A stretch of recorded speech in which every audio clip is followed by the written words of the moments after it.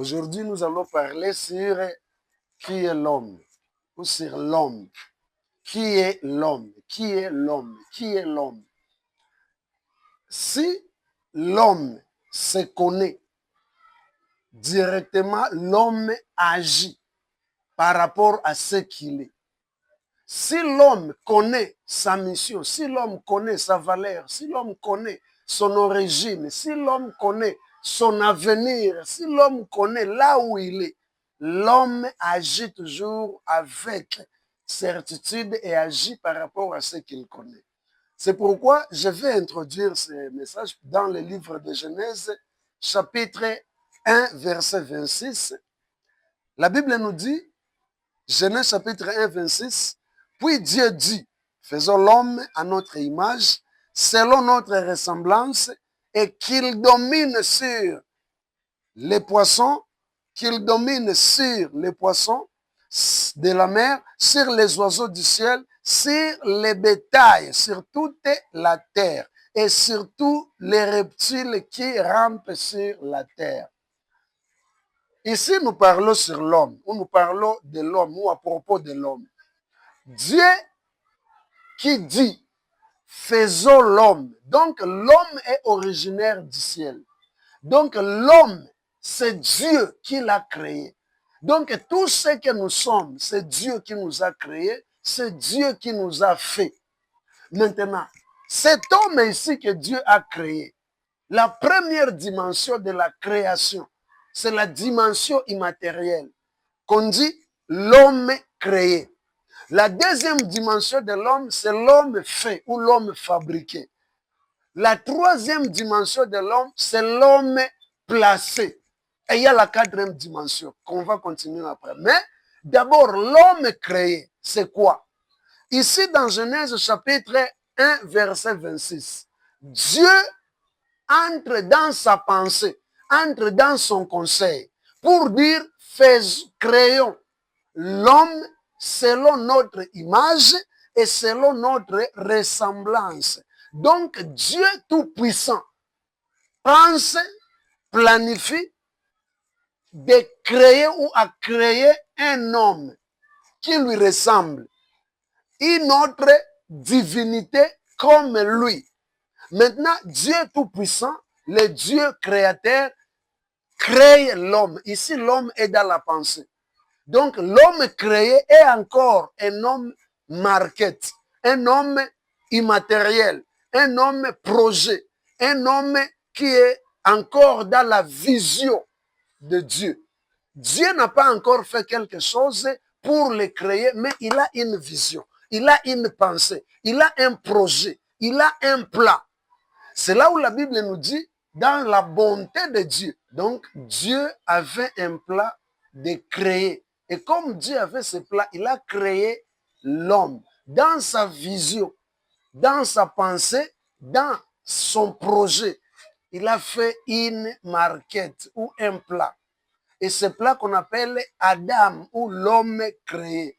Comme Dieu a pensé de créer l'homme, là où nous ne cessons pas de dire aux gens que ce que Dieu a planifié, ce que Dieu a préparé, ce que Dieu a pensé faire, Dieu le réalise toujours et Dieu le manifeste toujours. Alors, Dieu dit, et la Bible dit, Dieu s'adresse ici à Habakkuk.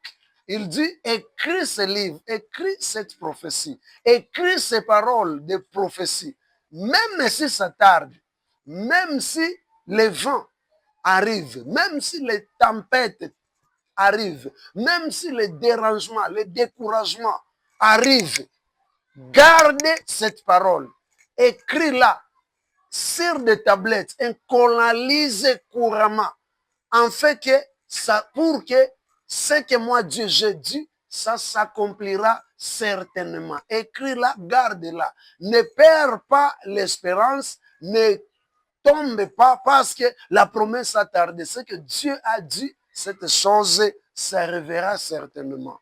Alors, ici, nous sommes dans la dimension d'Adam ou de l'homme créé. Tel que tu es là, tu étais dans la pensée de Dieu, tu étais dans les plans de Dieu, tu étais dans la marquette de Dieu. Parce que quand Dieu a une vision, il le réalise toujours. Dieu avait une vision de multiplier les peuples d'Israël. Et Dieu a promis à Abraham, toi, tu mourras en paix, mais tes enfants iront en esclavage dans une terre étrangère. Et un jour, si tu lis Genèse chapitre 49, 50, tu vas comprendre que le plan de Dieu est la promesse que Dieu a donnée à Abraham pour amener les enfants d'Israël dans une terre étrangère en esclavage. Cette promesse et ce plan que Dieu avait commencent à se réaliser. Parce que ce n'est pas le diable qui a envoyé les enfants d'Israël en Égypte, ce n'est pas leurs erreurs, mais c'était venu aux erreurs d'Abraham. Que Dieu là lui a donné la promesse dans sa chute. Il a donné la punition. Mais après cette punition, Dieu a puni les enfants. Mais après cette punition, la promesse de relèvement, je le ferai sortir là avec beaucoup et plusieurs biens. Directement, nous comprenons, dans le plan de Dieu, il avait besoin de la multiplication.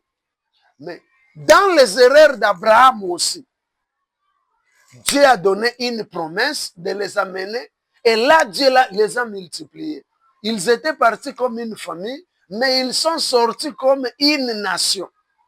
Ils étaient partis comme une famille parce que c'était la promesse de Dieu. Et dans le plan de Dieu, voyez la multiplication. Voyez comment le faire sortir avec plusieurs biens. Même s'il y avait la servitude, même s'il y avait les problèmes, que Dieu avait dit à Abraham que ça arrivera. Mais Dieu les a fait sortir avec plusieurs biens. Donc, même dans ton esclavage, même dans les problèmes de quelqu'un, il y a une bonne chose que Dieu toujours y tire. C'est pourquoi la Bible dit toutes bonnes choses ou toutes choses concourent au bien de ceux qui aiment Dieu. Toutes choses sans exception, même des problèmes, même de mauvaises circonstances, même des situations difficiles, même le bonheur, même les situations urgentes qui arrivent dans la vie d'une personne, ça concourt au bien de ceux qui aiment Dieu. Et ici, Adam ou l'homme est toujours dans la création, toujours dans le plan de Dieu. Et dans le plan de Dieu, tu vois, Dieu avait le plan de sauver l'humanité parce que le péché était déjà entré, si tu lis la Bible.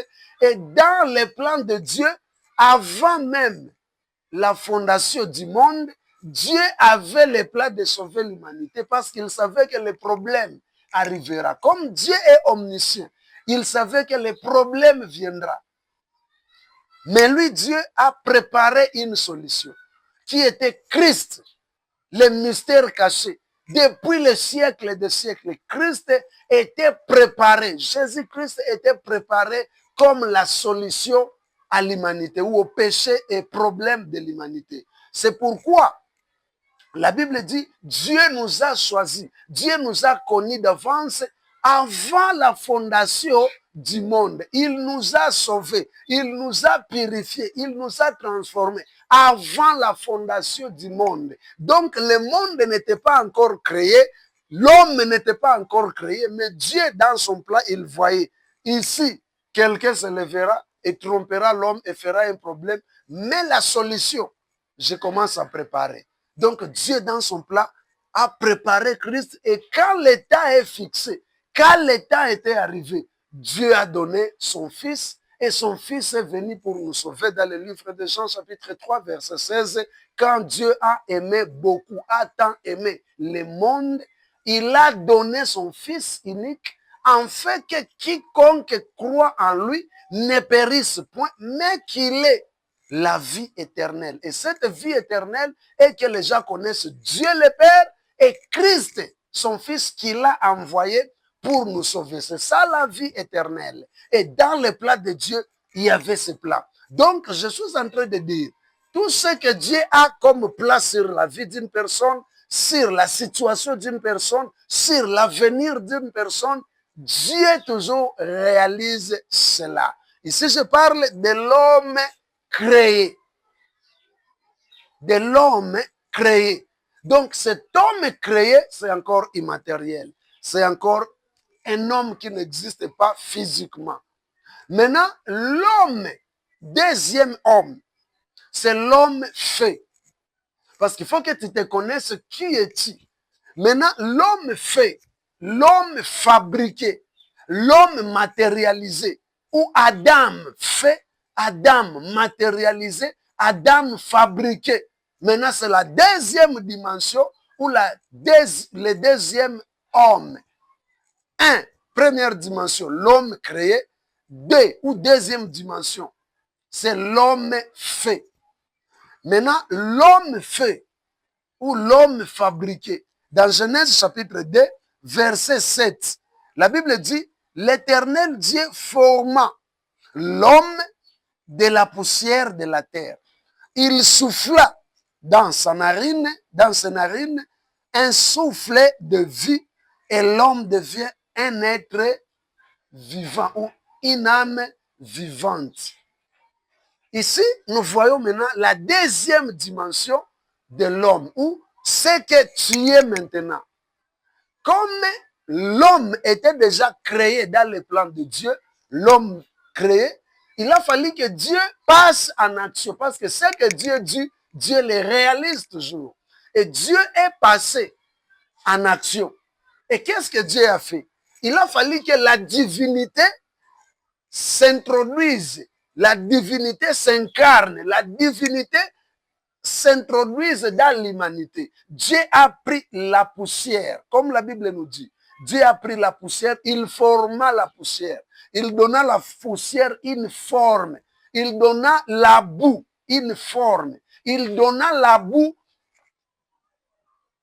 une marquette quelconque. Et cette boue-là était toujours unanime. Dans cette boue, il n'y avait pas le sang. Dans cette boue, il n'y avait pas les os.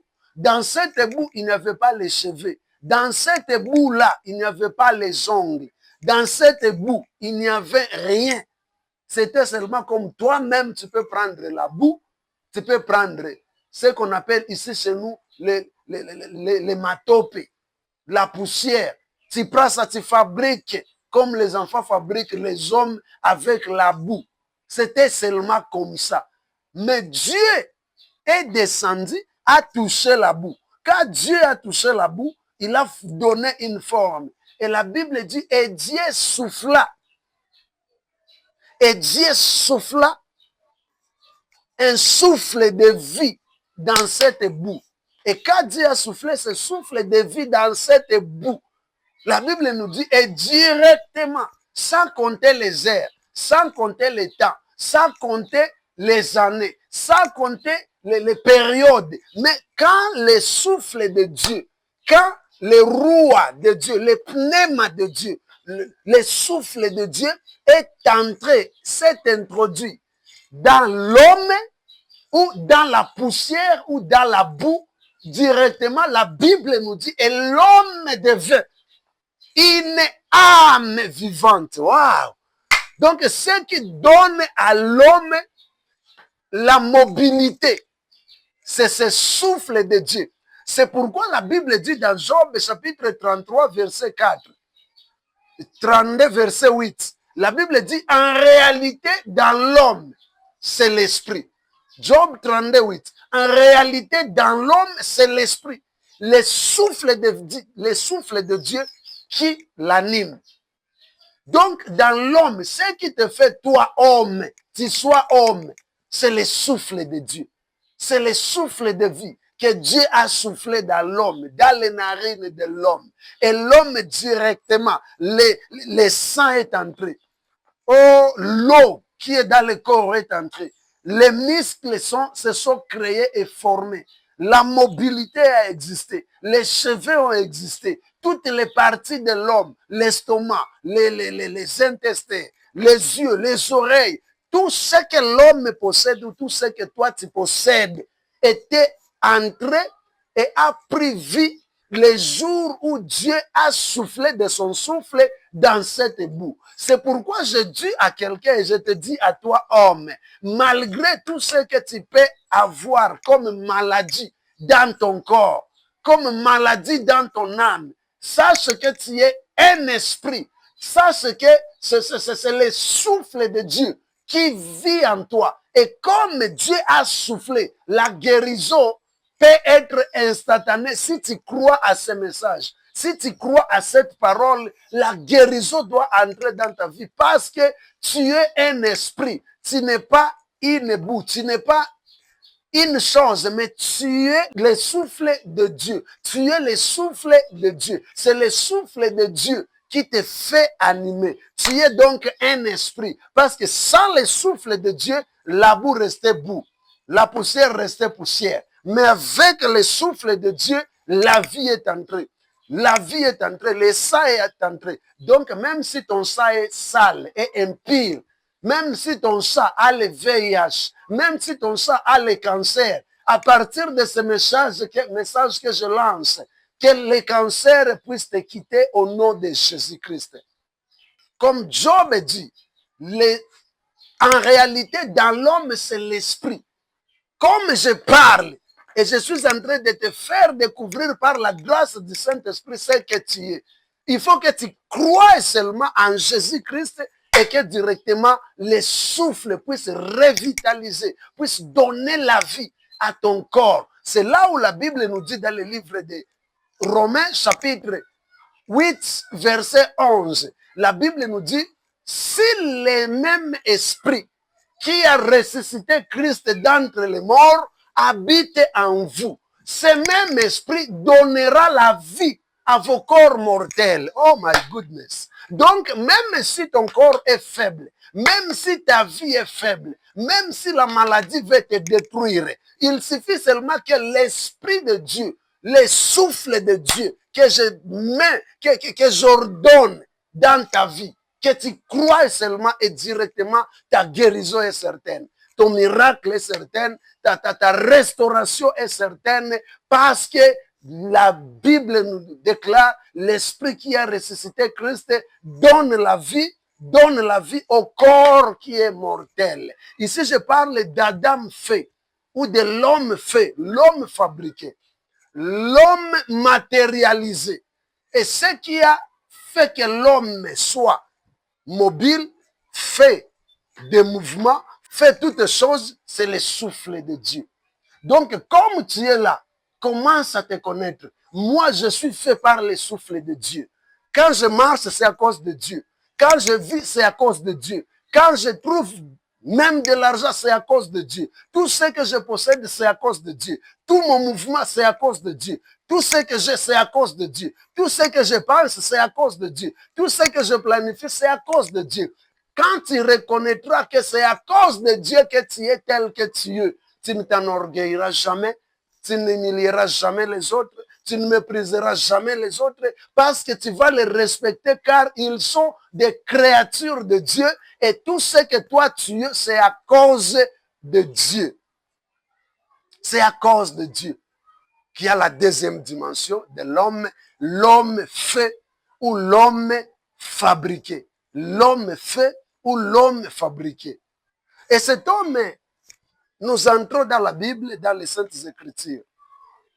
Quand nous sommes dans les Saintes Écritures, l'homme a péché. Et quand l'homme a péché, il a tout perdu. Mais la Bible nous dit, le dernier Adam, ou le dernier Adam est venu donner la vie. Il est venu nous ressusciter. Il est venu nous amener dans notre état initial. Donc, comme tu es là, tu vis pas par rapport à toi, pas à cause de toi, mais à cause de Christ. C'est pourquoi Paul dit, si je vis aujourd'hui, c'est à cause de Christ qui me fortifie. C'est à cause de Christ qui me rend la vie. C'est à cause de Christ qui me donne la mobilité. C'est à cause de Christ qui m'a ressuscité de mort et me donné la vie éternelle à moi. C'est la deuxième dimension de l'homme, ou la deuxième capacité, la deuxième force où l'homme créé. Je suis en train de parler qui est l'homme, qui est l'homme, qui est l'homme, qui est l'homme. L'homme est originaire de Dieu. L'homme est fait par Dieu. L'homme est venu de Dieu. Qu'il soit homme ou femme, il est venu de Dieu. Et quand tu comprends cela, même ta femme, tu respecteras ta femme. Même ton mari, tu respecteras ton mari. Même les étrangers, tu respecteras les étrangers. Même ceux qui ne sont pas de ta tribu, tu les respecteras. Pourquoi? Tu comprendras que l'homme est venu de Dieu. C'est pourquoi les hommes doivent s'aimer. Les hommes ne doivent pas avoir ce qu'on appelle le tribalisme, le colonisme, les gens de ce pays, de ça et là. Non, toi qui es sauvé, sache que l'homme est venu de Dieu. Et comme l'homme tire sa source en Dieu, tout homme sur terre tire sa source en Dieu, directement tu sauras que même s'il est un étranger, c'est mon frère. Même s'il est ici, c'est mon frère. Directement, ces choses-là, de mauvaises choses ne se passeront jamais dans ta vie à cause de cela. Nous entrons dans la troisième dimension de l'homme. L'homme créé, l'homme fait ou l'homme fabriqué et l'homme placé. L'homme placé. Maintenant, la Bible nous dit dans ce même livre de Genèse, chapitre 2, verset 8. La Bible dit ceci, puis l'Éternel Dieu planta un jardin en Éden. Éden signifie délice, ce qui est bon. Dieu n'a pas planté un jardin dans le séjour des morts, dans les Sheol ou dans les volcans, non. Mais Dieu a préparé une bonne place, un beau terrain, une bonne terre. Dieu a choisi cette bonne terre que lui-même a créé, l'échantillon des échantillons, et là, il a planté quelque chose. La Bible dit, puis Dieu planta un jardin en Éden, qui signifie délice, du côté de l'Orient, de l'Est. Et il y mit l'homme qu'il avait formé. L'autre version nous dit, et il y plaça l'homme qu'il avait formé. Ici, la Bible ne nous dit pas qu'il avait créé, mais qu'il avait déjà formé. L'homme qui était déjà matériel, l'homme qui était déjà mobile, l'homme qui était déjà quitté dans la pensée de Dieu et qui était déjà matérialisé. Et c'est là où je suis en train de dire aux gens, si tu te connais ce que tu es, tout projet que tu as, tout projet que Dieu t'a donné, toute promesse que Dieu t'a donnée, Dieu les matérialisera. Et Dieu va les matérialiser. Mais après avoir matérialisé, Dieu, après avoir matérialisé tout, il n'a pas laissé seulement la matérialisation. Dieu a placé, Dieu a positionné, Dieu a positionné, Dieu a placé l'homme. Ici, la dimension que l'homme possède dans la pensée de Dieu, dans la création, ce n'est pas la dimension que l'homme possède dans la formation. Et après la formation, l'homme, Dieu ne l'a pas laissé là-bas. Dieu l'a placé. Ici, Dieu l'équipe avec la puissance. Ici, Dieu l'équipe avec tout. Mais ici, après avoir formé, Dieu les place dans les jardins. Et quand Dieu les place dans le jardin d'Éden, Dieu dit, dominez, soyez féconds, multipliez et remplissez la terre. Remplissez la terre avec tout. Donc, Dieu donne à l'homme la gestion. Il lui donne la gestion de tout ce que lui a créé. Dieu lui dit, domine sur les oiseaux du ciel. Or, les oiseaux sont dans les airs. Et Dieu a créé les oiseaux par sa parole et il les a placés dans les cieux.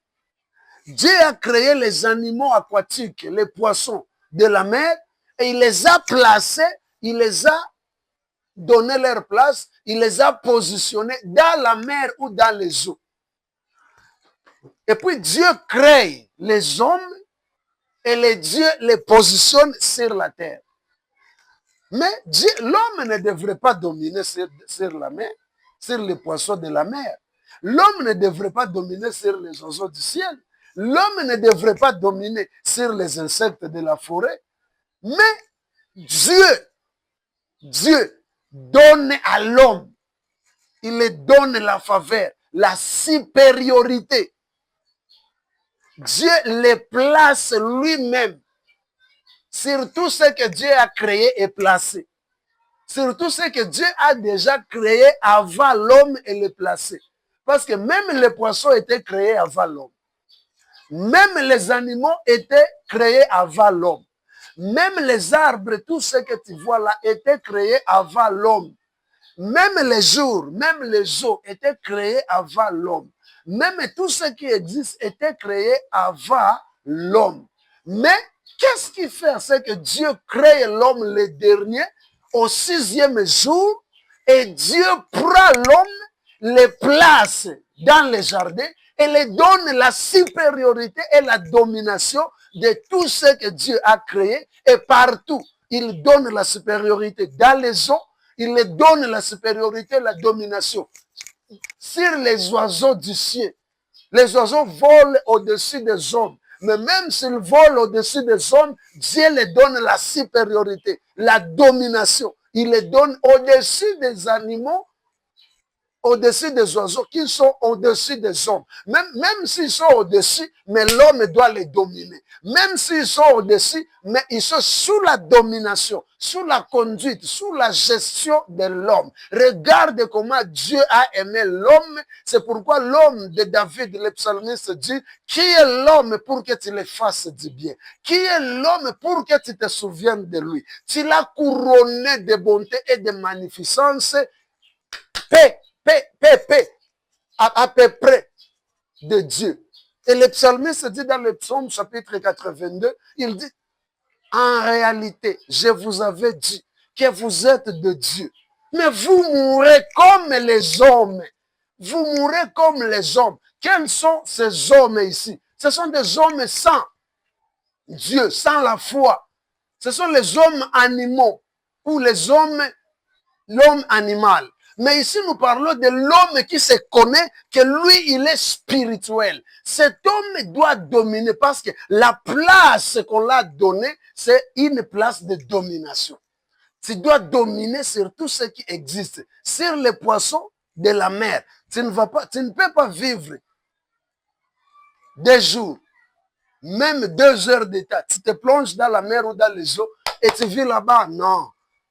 Ta place de vivre ou de vie, de prédilection, ce n'est pas dans les eaux. Ta place, c'est sur la terre pour profiter de l'atmosphère et de la nature. Maintenant, les poissons dominent et vivent dans les eaux. Mais Dieu te crée, toi, homme, et il te donne la domination et la supériorité sur les animaux aquatiques ou sur les poissons. Dieu te donne la domination sur les animaux qui étaient créés avant toi. Pour dire ceci, même si l'autre a réussi avant toi, ce n'est pas à dire que Dieu a fini avec toi. Même si l'autre s'est marié avant toi, ce n'est pas à dire que c'est fini avec toi. Les animaux étaient créés avant l'homme. Mais l'homme est venu après les animaux et l'homme a reçu l'ordre de les dominer. Il y a plusieurs qui se sont précipités et précédés dans la vie. Mais Dieu a un plan avec toi pour te faire ce qu'il a besoin de faire de toi dans ta vie. Le problème, ce n'est pas aller en avant. Le problème, ce n'est pas être sauvé avant. Le problème, ce n'est pas construire avant. Le problème, ce n'est pas se marier avant. Le problème, ce n'est pas prêcher avant. Le problème, ce n'est pas être béni avant. Mais le problème est que la place que Dieu te donne, Dieu place toujours. Dieu place toujours. Et quand Dieu ne t'a pas encore placé, tu vas tout faire, tu vas tout faire. C'est là où la Bible dit, du fumier, il relève l'indigent et le fait asseoir avec les grands de sa nation. De la poussière, il tire les pauvres et les fait asseoir avec les rois. Pour dire, c'est lui qui élève, c'est lui qui positionne, c'est lui qui place, c'est Dieu, c'est Dieu, c'est Dieu. Ne cherche pas à être placé par des fétiches. Ne cherche pas à être placé par un homme. Car si un homme te donne le pouvoir, un jour il t'arrachera ce pouvoir. Si un homme te donne la supériorité, Si un homme te fait connaître, il dira c'est à cause de moi que tel est comme ça. Mais si c'est Dieu qui t'a donné le pouvoir, qui t'a donné la supériorité, qui t'a donné ce que tu as, Dieu lui-même ne te ravira jamais. Et tu le glorifieras parce que c'est lui qui t'a donné. Donc, ne cherche pas à devenir sans Dieu. Ne cherche pas à être placé sans Dieu. C'est là où nous voyons beaucoup de problèmes dans la vie de plusieurs. Ils sont placés par leur famille. Ils sont placés par eux-mêmes. Ils sont placés par leur stratégie. Mais si Dieu t'a placé, c'est au-dessus de tes stratégies. C'est au-dessus de tes problèmes. C'est au-dessus des hommes. Donc, la place que Dieu a réservée à l'homme était une place supérieure, une place d'en haut. C'est là où la Bible nous dit, dans le livre de Colossiens, chapitre 1, verset 13, la Bible nous dit, Dieu nous a délivrés. Waouh! Il nous a délivrés de toute la puissance du ténèbre ou des ténèbres. De toute la puissance, tout sans exception. La puissance de la mort, la puissance de la sorcellerie, la puissance de la magie, la puissance de toute puissance des ténèbres. Tout ce qui s'appelle puissance des ténèbres, mort, maladie, incrédulité, chômage, pauvreté, manquement, stérilité, tous ces problèmes qui sont comme la puissance qui se déchaîne sur ta vie. La Bible nous dit dans Colossiens 1,13, Dieu nous a, c'est au passé, il nous a délivrés. Délivrer signifie sauver quelqu'un du danger. Signifie signifie sozo, sauver quelqu'un du danger. Donc Dieu nous a sauvés du danger des ténèbres, du danger de la mort, du danger du péché, du danger de la mort éternelle, du danger des sorciers. Et ce même Dieu nous a transférés, il nous a placés, il nous a donné une place dans le royaume de son Fils bien-aimé, en qui nous avons la rédemption, la rémission du péché. Pour dire, la place que Dieu nous a donnée, Dieu nous a placés, c'est dans son royaume. Et son royaume, c'est en Jésus-Christ. Son royaume, c'est quand tu crois en Christ, tu entres dans son royaume. Quand tu crois en Jésus-Christ, peu importe tout ce que tu es, tout ce que tu as. Si tu n'as pas Christ, tu n'es rien. Tout ce que tu n'as pas et tout ce que tu as, si tu as Christ, tu es tout et tu as tout. Parce que tout sans la vie éternelle, c'est zéro. Mais paix et beaucoup avec Christ dans la vie éternelle, c'est tout ce que tu as. C'est ça la vie, c'est ça la vie. C'est ça la gloire. Pour dire, Dieu nous a déjà placés. Dieu a placé l'Église. Dieu t'a placé, toi et moi, dans le royaume de son Fils bien-aimé. C'est en Christ, c'est là où nous sommes. C'est là où nous marchons. L'homme de Paul pouvait dire, en lui nous marchons, en lui nous vivons et en lui nous avons tout notre être et en lui et en Jésus-Christ. Donc nous n'avons plus rien à craindre parce que nous sommes là. Même si les sorciers peuvent venir, nous sommes en Jésus. Nous allons leur montrer seulement l'identité que nous avons. Sur notre identité, s'ajoute seulement Jésus-Christ. Et quand ils verront notre identité, c'est de celui qui était mort et ressuscité. Celui qui a versé son sang à cause de nous, à cause de notre salut. Celui qui s'est fait pauvre à la croix, afin que nous soyons riches en lui, que celui-ci, en qui où nous vivons, quand ils verront cette identité, tu ne seras plus la même et ils ne te détruiront plus. Ils peuvent venir comme ils sont nombreux, ils sont même 10 000, mais au nom de Jésus, ils ne t'atteindront jamais. Je parle à quelqu'un, malgré ton affliction, malgré ton problème, malgré tout ce que tu traverses, garde toujours la foi. Jésus-Christ t'aime, Jésus-Christ est avec toi et Jésus-Christ a un plat dans ta vie pour te changer, te sauver et t'aider. Je parle de ceci, ces trois dimensions de l'homme. L'homme créé, L'homme fabriqué ou l'homme fait et l'homme placé. L'homme placé dans ta destinée, tu as une place.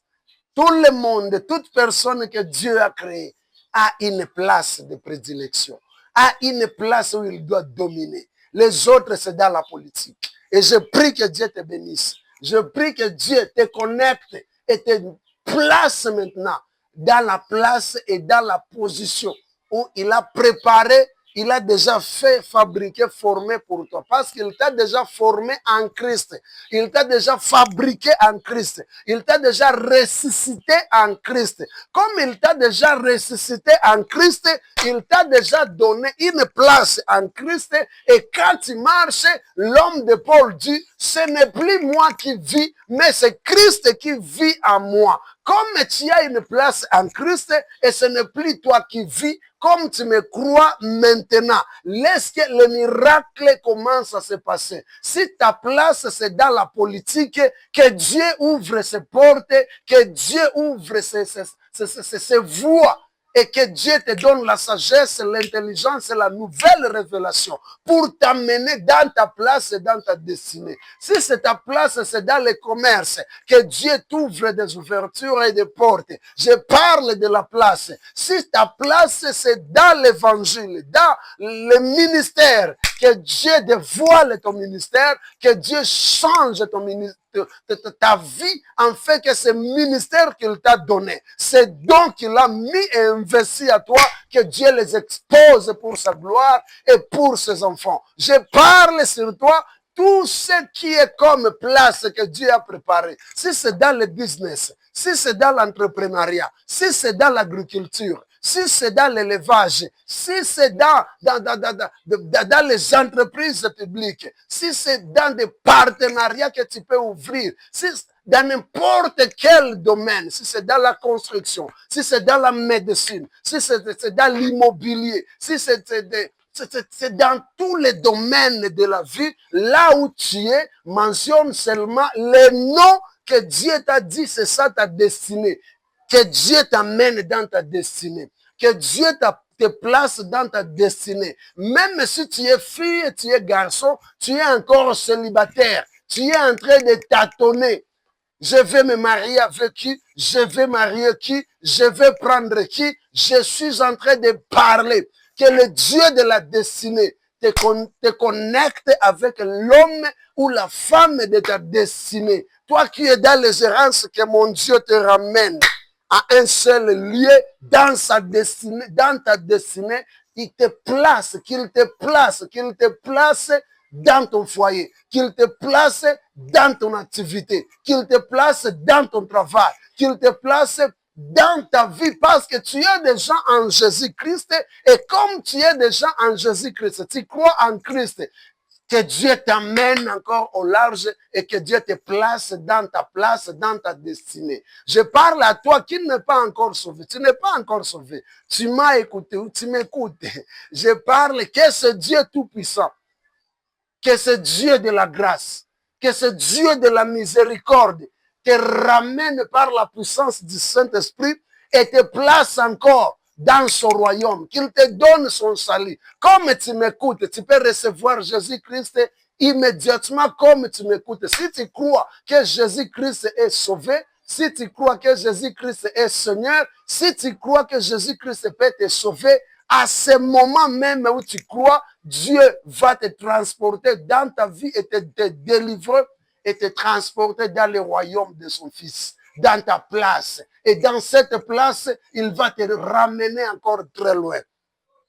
Malgré ta fortune, malgré tout ce que tu es, si tu n'as pas Jésus-Christ, tu mourras éternellement. Mais malgré tout ce que tu as, malgré tout ce que tu es, si tu as Jésus-Christ, tu vivras éternellement. Nous ne sommes pas sauvés à cause du matériel, nous sommes sauvés à cause de Christ, à cause de la foi, pour échapper à la mort éternelle, mais à la fois nous aimons Dieu et nous allons vivre éternellement. Ce n'est pas à cause du matériel, non, mais c'est à cause de l'amour que nous avons avec en Jésus-Christ. Que ce Dieu tout-puissant puisse te bénir, que ce Dieu tout-puissant t'élève, je te dis, toi homme, tu as été créé, tu as été fait par Dieu et tu as été placé dans le royaume de Dieu. Tu as été placé en Dieu. Donc l'homme est esprit. L'homme a été fait par le souffle de Dieu. L'homme a été créé par le souffle de Dieu. C'est pourquoi, comme tu es créé par le souffle de Dieu, je parle dans ta vie que toute maladie qui te tracasse, que ça libère ton corps. Je parle dans ta vie que toutes les situations difficiles que tu traverses, que la solution entre au nom de Jésus.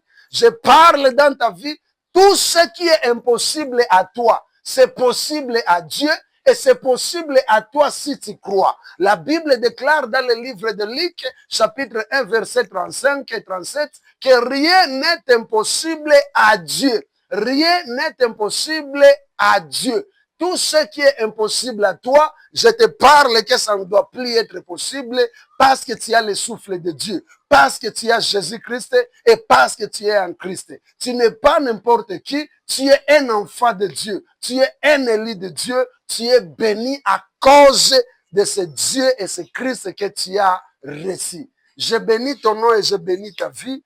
Et si tu n'as pas encore reçu Jésus-Christ, tu vas faire cette prière avec moi partout où tu es. Tu vas faire cette prière avec moi. La Bible nous dit dans le livre de Romains, chapitre 10, verset 8, il dit, qu'est-ce que tu as dit? Cette même parole que tu as écoutée, cette même parole est en toi, cette même parole est près de toi. Et cette parole dit quoi? Si quelqu'un croit que Jésus-Christ est mort et Dieu l'a ressuscité des morts, il sera sauvé.